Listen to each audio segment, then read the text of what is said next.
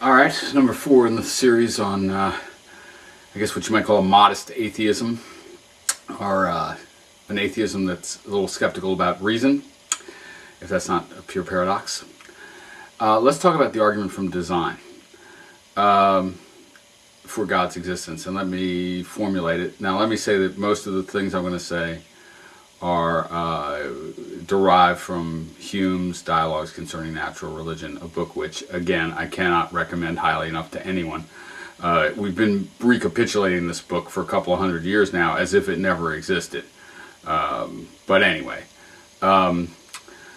okay, here's a pretty good version of this.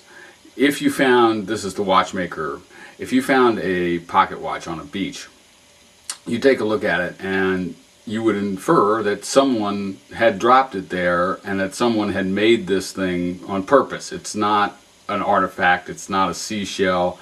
It shows obviously the signs of design. It shows a purpose. It serves a purpose.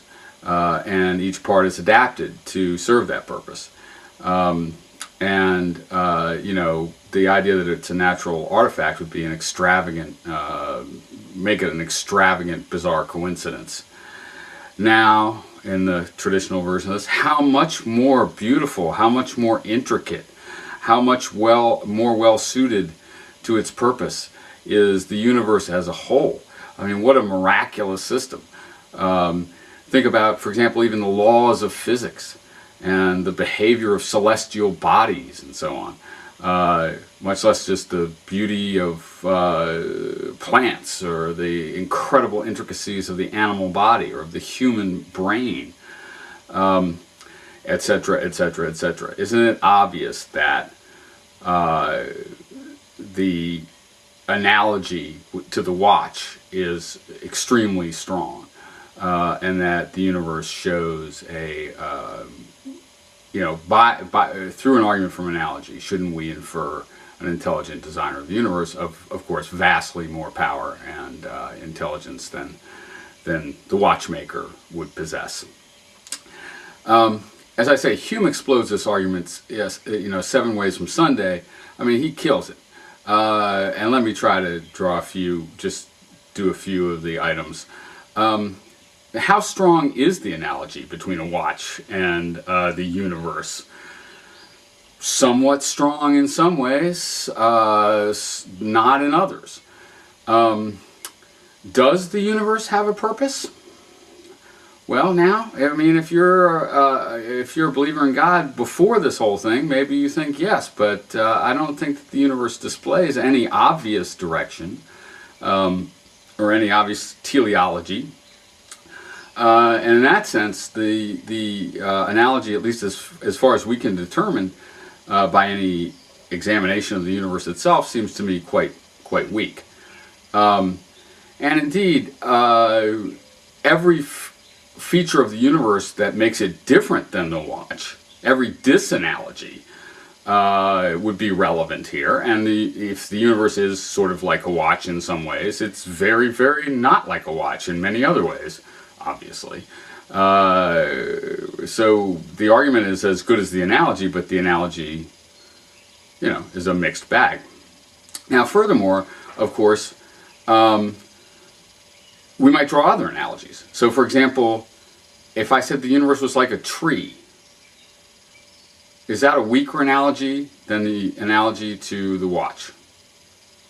I don't think so.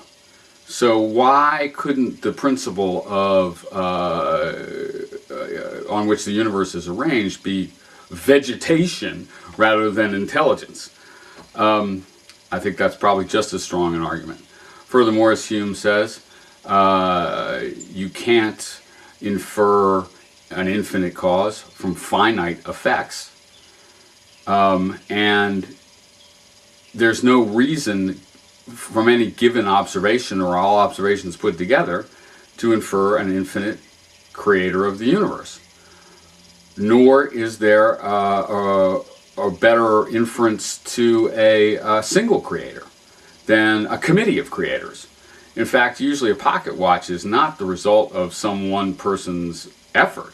It's designed by one person based on the designs of others. It's executed by a group of mechanics, and so on. I mean, intelligent design is at least as good an argument for polytheism as for monotheism, etc. I mean, this is just not a compelling argument in many ways. But let me try to say what I think is interesting, compelling about this argument. And that is people's sense that this universe is a beautiful, a miraculous thing.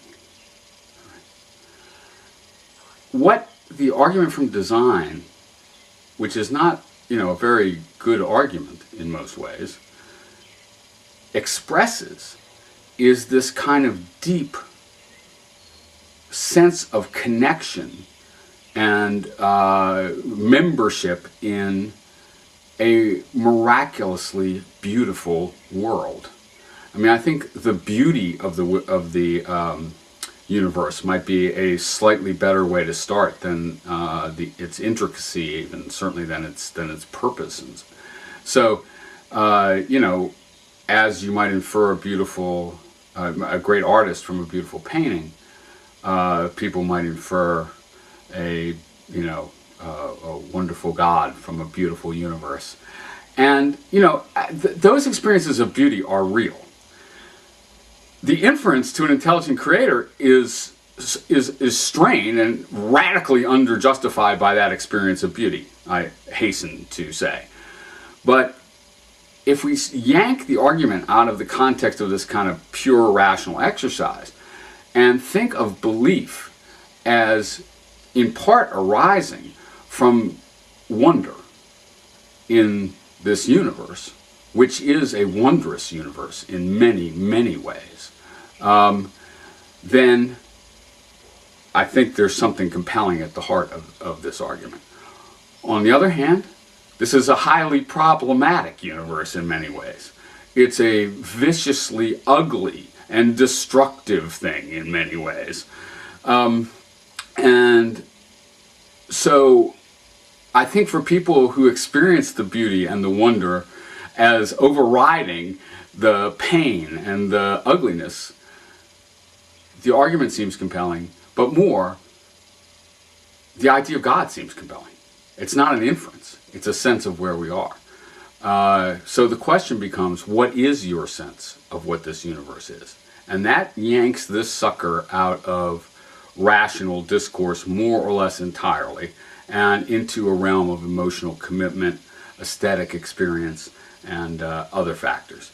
And next we'll talk about the problem of evil, which does the same thing from the other side, and I'll discuss that.